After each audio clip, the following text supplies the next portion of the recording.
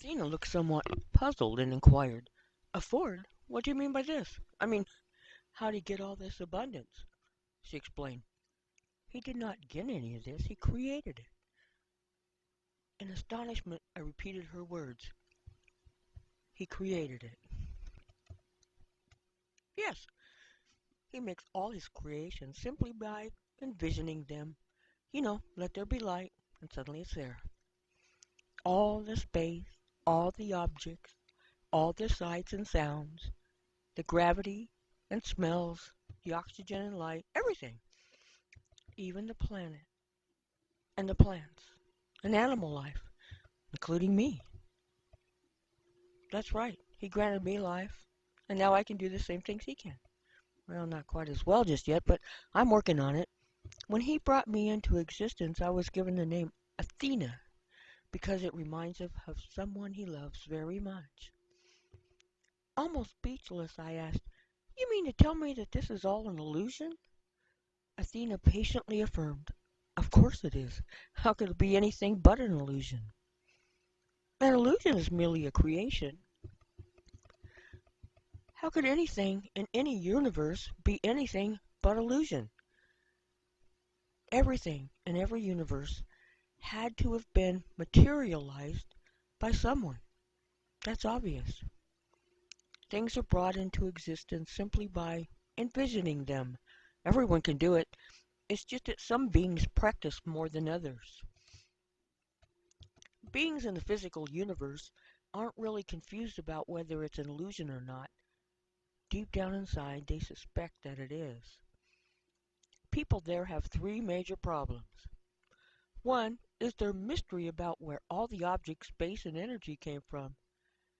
Two is how they themselves got there. And three is their inability to control those illusions easily. They don't think it's an illusion because it doesn't feel like an illusion. It doesn't feel like an illusion because it doesn't behave and obey their wishes and commands like an illusion normally does.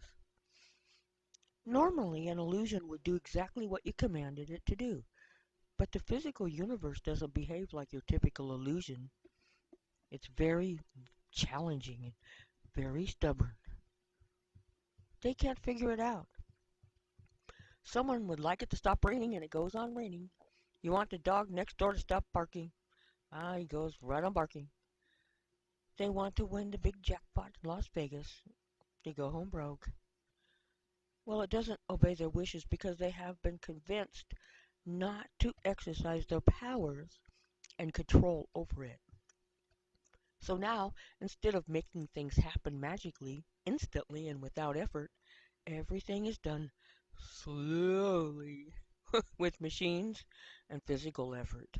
That's why it's called the physical universe. It's gotten too physical, too difficult to control. Talawanda says that everyone needs games and challenges, but it's gotten out of hand here. Success is too difficult to achieve, and when someone does achieve it, we can't keep it forever.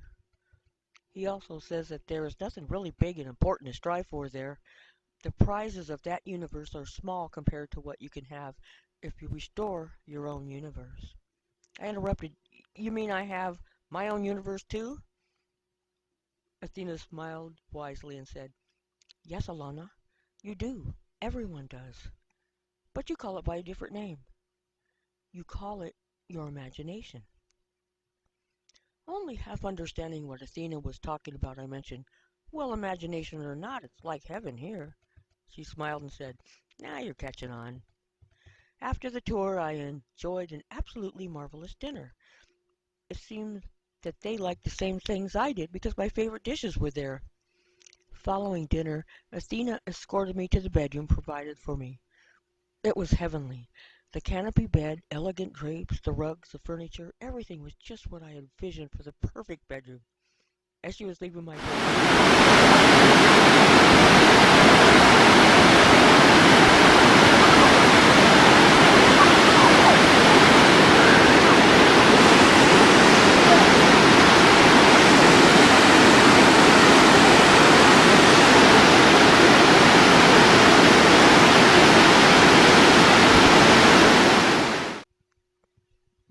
next morning I was awakened by the sound of violins softly playing in the distance.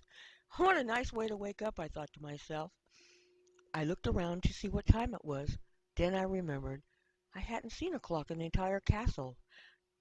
Talawanda didn't seem too concerned about time. Even my own watch had stopped working. I enjoyed a hot bubble bath in a luxurious sunken tub which came with the room. So far this vacation was much more than I had ever dreamed of. Talawanda's timing was perfect. I just finished getting dressed when there was a knock at my bedroom door. I somehow knew it was him before I opened it. He took my hand, smiled, and said, "How's my darling?" "I'm having a wonderful, wonderful time," I said. "It pleases me very much to hear that. After breakfast we shall begin our lessons. What would you like to learn about today?" I laughed and said, "Well, that's a great way to teach. Well, let me think. Something that has always bothered me is an old saying that I heard in church once. Know thyself. Well, I know who I am, of course, but somehow I feel like I'm missing something. Do you think you could help me understand that better?" Talawanda smiled and shrugged his shoulders. "I don't know. Maybe. I've been trying to get people to understand that one for a long, long time. It's probably the most important thing that anyone could learn, because once you understand who you really are, then a lot of the other mysteries and confusions about life will vanish.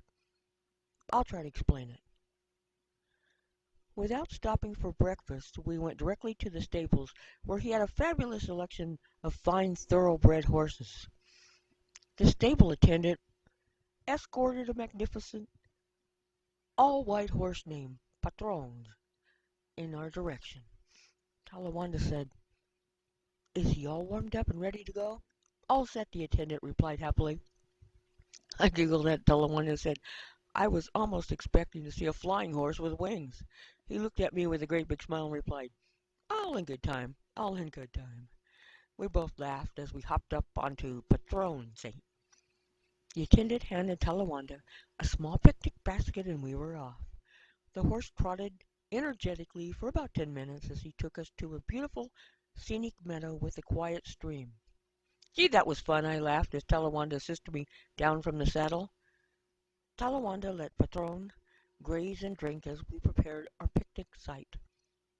After eating, Talawanda uttered, "Well, well, well, let me see now. Know thyself. Easier said than done, it would seem." He looked over at me and said, "First of all, who do you think you are?" I replied, I'm me, this body here." Talawanda grinned and inquired, "Well, it seems that you have it all figured out who you are. Satisfied with your certainty about who you are?"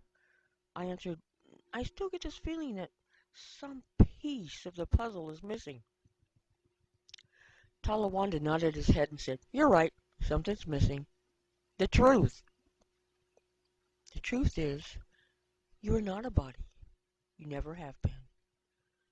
Of course, you can very easily pretend that you are a body, but it's only a pretense.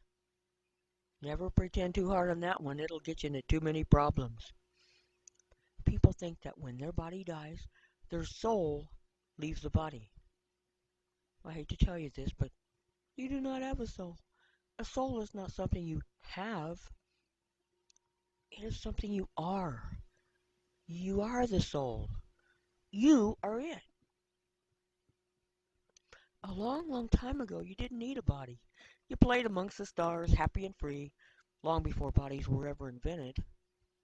It was quite normal for you to move objects around without the aid of limbs and muscles. You simply levitated things from here to there. But I'm afraid that levitation is a thing of the past, except for being part of some magician's bag of tricks. Even telepathy is all but forgotten in the physical universe. It has been replaced by anger and distrust. Perfect, well-understood communication existed long before mouths, voices, hateful words were ever dreamed of. Trillion reasons would have been without a single pain or sorrow. Games were played where everyone would win. There was never a loser. No need for uniforms with numbers to identify the players. You knew each other without the aid of bodies or names. You were immortals. You knew nothing of agony, grief, or failure. Before bodies, you knew nothing of restriction. You could spin a galaxy with your touch or embrace a planet with affection. You were creative, loving souls. By a mere thought, you could bring a planet into existence or explode a million stars in celebration to a loved one. You were carefree souls. You played new and exciting games. Never a thought of, that your wisdom and immortality would ever be forgotten. But then bodies were invented and played with, much like wind-up toy animals and dolls. You were big at first in comparison to those interesting animations. In the beginning, there was never a doubt that you existed outside and independent to those cute animated little toys. Games were played with those new toys, and they drew much attention. At first the games were fun and harmless, but as the eons passed, the rules to the games became more and more complicated. Rules and restrictions made the games more exciting, more interesting, and convincing.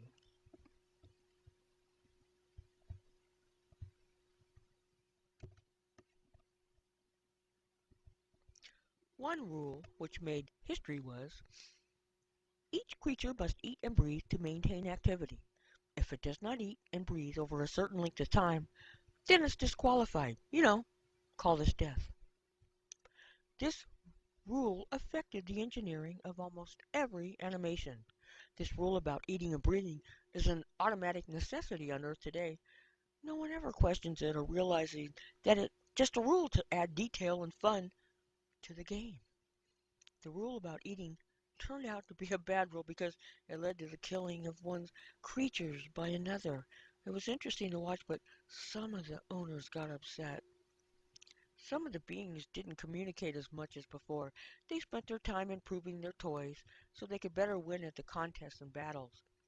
It was also about this time that various handicaps, such as sleep and fatigue, were introduced into the rules of the game. Now the creatures had limited endurance and could get tired. This added wonderful and exciting new challenges to the game. At first there was no evil intent, but the game's progress. This fascination with bodies continued. The improvements never stopped. Creatures were equipped so that they could automatically reproduce themselves without having to be manufactured individually. Many beings equipped their toys with better equipment such as bigger teeth, stronger jaws, so that they could better destroy the enemy creatures. The fascination continued and the souls communicated to each other less and less. They were getting too involved in the games. Details and rules were added to the engineering of the toys. They were designed with a built-in self-destructive mechanism, now called the lifespan. The type of food they could eat was programmed into them. Rules were established about how fast each type of creature was permitted to reproduce. This rule helped maintain what you now call the balance of nature.